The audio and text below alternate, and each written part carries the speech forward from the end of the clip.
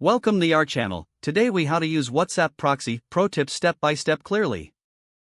First, ensure you have the latest version of WhatsApp installed on your device. Open the application and navigate to the settings.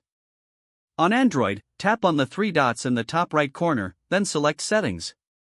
On iOS, tap on the Settings tab located at the bottom right of the screen. Within the Settings menu, look for the Storage and Data option. Tap on Storage and Data. Scroll down to find the Proxy option. Tap on Proxy to begin the setup. To enable the proxy, toggle the option on. Next, you need to enter the proxy server address.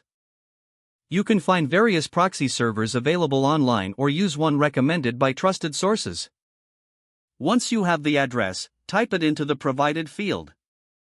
After entering the address, confirm by tapping Save. If prompted, enter your authentication credentials if the proxy requires them. Once saved, return to the main chat screen. To test if the proxy is working, try sending a message to a contact. If the message sends successfully, your proxy is properly configured. If you encounter any issues, double-check the server address for typos. You may also want to try a different proxy server if issues persist. Remember that using a proxy may affect your connection speed and stability. It's advisable to disable the proxy if you experience ongoing problems. With these steps, you should be able to use WhatsApp via a proxy effectively. If the page does not load, refresh the browser or try again in a private or incognito window. Make sure you are using the correct email address, then retype it carefully to avoid small typos. If your password is not accepted, use the reset option and create a new strong password you can remember. Check your spam folder for verification or security emails, then complete any requested confirmation steps.